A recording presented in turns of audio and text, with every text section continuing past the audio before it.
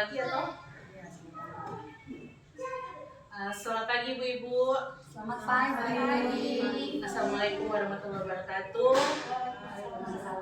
Terima kasih atas kesempatannya Ibu Kader Posyandu Remaja yang sudah menyempatkan waktu untuk berkumpul di ruangan podcast, mendengarkan sedikit sharing ilmu dari saya. Terima kasih banyak buat waktunya. Yang pertama, saya mau sharing tentang ASI eksklusif dan pelekatan anak bayi yang menyusui. Tapi sebelum itu, sebelum saya mulai sharingnya, waktu kemarin itu pas saya pulang dari Jakarta, saya sudah bagikan itu materi-materi yang saya dapat di sana. Saya bagikan ke grup Posyandu yang besar itu toh, ada toh. Saya sama Ibu Tinangan ada share di situ. Jadi ibu-ibu boleh buka-buka lagi. Nah itu kalau mengingat orang akan mau rolling lagi. Oh, jadi boleh buka-buka. Ada di grup Posyandu itu. Grup Posyandu yang besar. Saya bisa share di situ. Oke, saya mulai ibu-ibu. Di sini awal mulanya orang mulai dari kelahiran. Waktu pertama lahir anak itu, orang ibu-ibu harus melakukan IMD. Apakah itu IMD? Ada yang tahu? Mungkin ada yang masih nakes, yang ada nakes di sini, Ibu Ade pasti tahu no IMD apa tuh? Ya, inisiasi menyusui ini. Ya, ibu-ibu kenapa tuh harus melakukan IMD?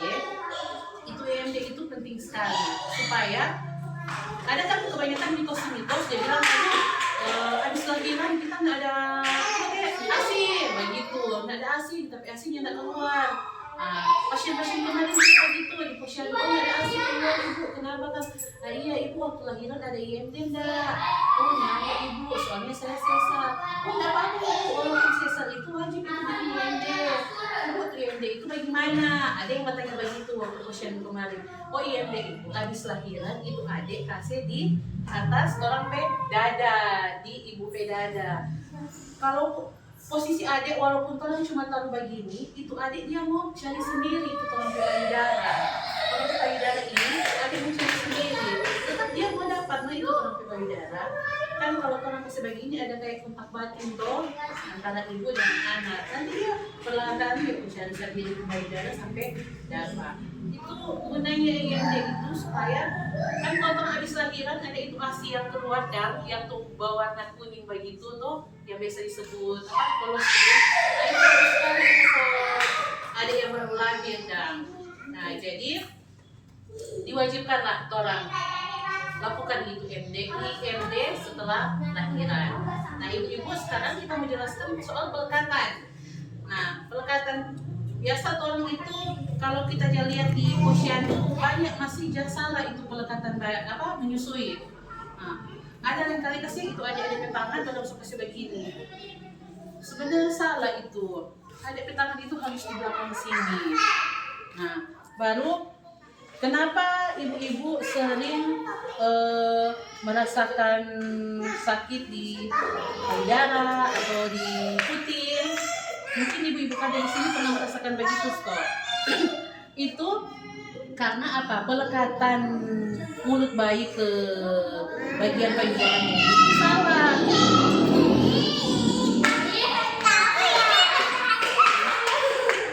Pelekatannya salah. Jadi dia itu ada mulut itu pertama ini dulu sejajar. Ini sejajar, lalu ada ini kepala nggak boleh di sini. Kebanyakan ibu-ibu kalau mau kasih ASI itu ada di kepala di sini nggak boleh. Nah dia mesti di antara ini. Nah jadi pelekatan itu jangan cuma ada badan begini, tapi mesti lekat pak ibu tubuh. Jadi itu bu dengan itu ada di saat ada mau pak isap dang, jangan cuma isap pas di sini, yang keluar itu ASI.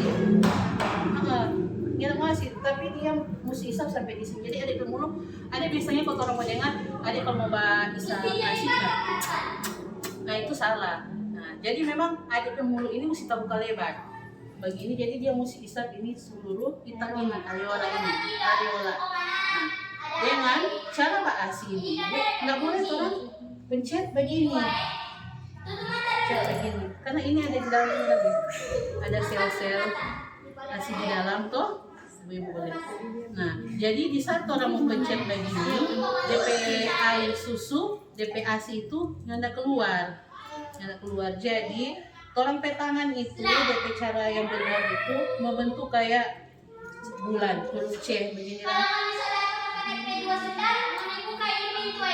Begini supaya gunanya ibu-ibu puting yang lecet, karena itu puting yang lecet itu DP pelekatan DP cara isap payudara, DP cara isap ini yang itu bikin puting lecet. Sampai di sini mungkin ada yang ini. Kalau tidak ada, saya akan lanjut ke PMBA. Nah, ibu-ibu waktu di Jakarta, saya ikut pelatihan itu ada 2 materi. Salah satunya yang tadi, yang kedua itu PMBA. Nah, itu PMBA itu sama juga ibu-ibu. Dari adik mulai lahir itu, orang sok kasih makanan. Sering itu ibu-ibu lain berpikir begini.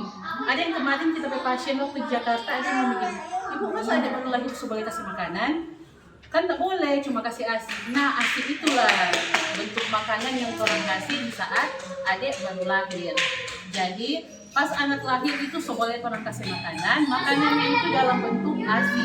Jadi orang menjelaskan ke pasien itu jangan cuma langsung bilang begini, adik baru lahir orang kasih makanan. Nah, kadang orang salah paham di situ. Jadi orang mesti bilang lagi, ibu, adik pas lahiran sebenarnya orang kasih makanan itu berupa ASI, bukan makanan kasih bubur atau nasi, enggak.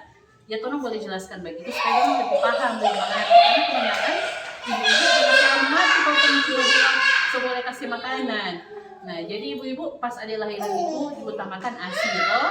Nah, ASI itu sampai 6 bulan berarti kalau orang kasih ASI sampai adik 6 bulan berarti ASI eksklusifnya si anak ini berhasil loh. Nah, lanjut di usia ke-6 bulan itu adik-adik semua anak-anak semua lanjut ke MPASI. Nah, MPASI itu orang mama-mama harus tahu DP tekstur mulai dari berapa bulan.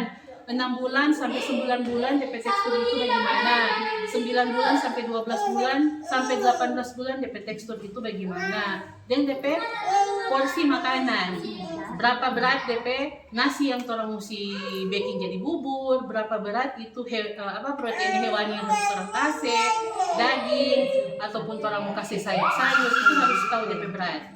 Kalau sesuai dengan pelatihan kemarin itu begitu, karena kebanyakan ibu-ibu sekarang itu kalau misalnya mau bikin anak-anak makanan, lain kali datang malas toh, sudah biar juta semua bikin 1 kali dari pagi makanannya sampai malam punya, nanti dari siang dengan malam kasih panas, itu salah, nggak boleh begitu. Karena kita pasien waktu kemarin Jakarta begitu, mungkin pengaruh toh dari mama kasihan kerja, cuma berharap oma yang jaga, jadi begitu dia bikin tuh adik makanan MPASI itu begitu. Jadi dia baking dari pagi, DP siang dia kasih panas, DP malam dia kasih panas. Tentunya DP DP gizi-gizi hilang toh, karena suka kasih panas. Padahal dia boleh begitu. Jadi pagi itu bikin sendiri, untuk sore juga itu bikin sendiri. Begitu juga DP tekstur. Nah, ibu-ibu, orang boleh lihat di lembaran sini.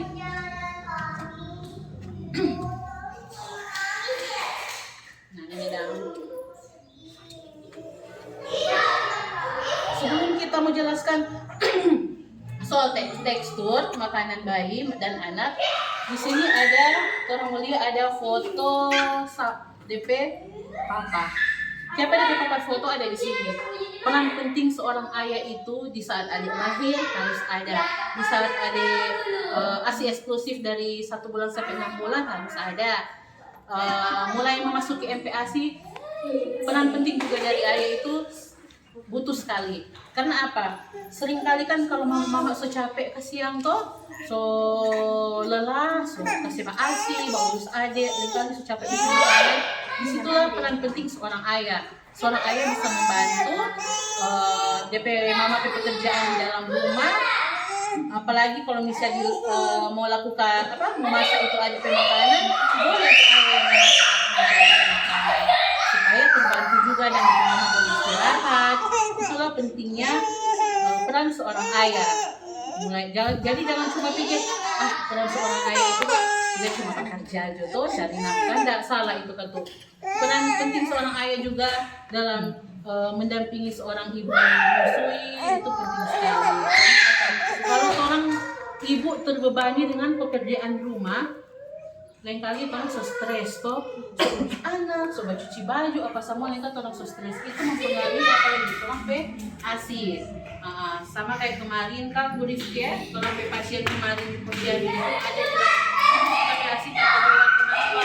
Saya lakukan IMD kok ibu, saya makan kacang, makan daun kasus tapi asinnya keluar. Ternyata apa? Stres dengan keluarga, stres dengan suami. Oh ibu, berarti ibu itu ada tekanan. Dan begitulah, kalau ada tekanan otomatis asinnya keluar. Oh bu, di sini kita masuk dalam tekstur. Ibu kalau mungkin di sini sama supaya tahu kalau 6 sampai 9 bulan itu DP tekstur itu bagaimana. Ada lain kali kalau saya lihat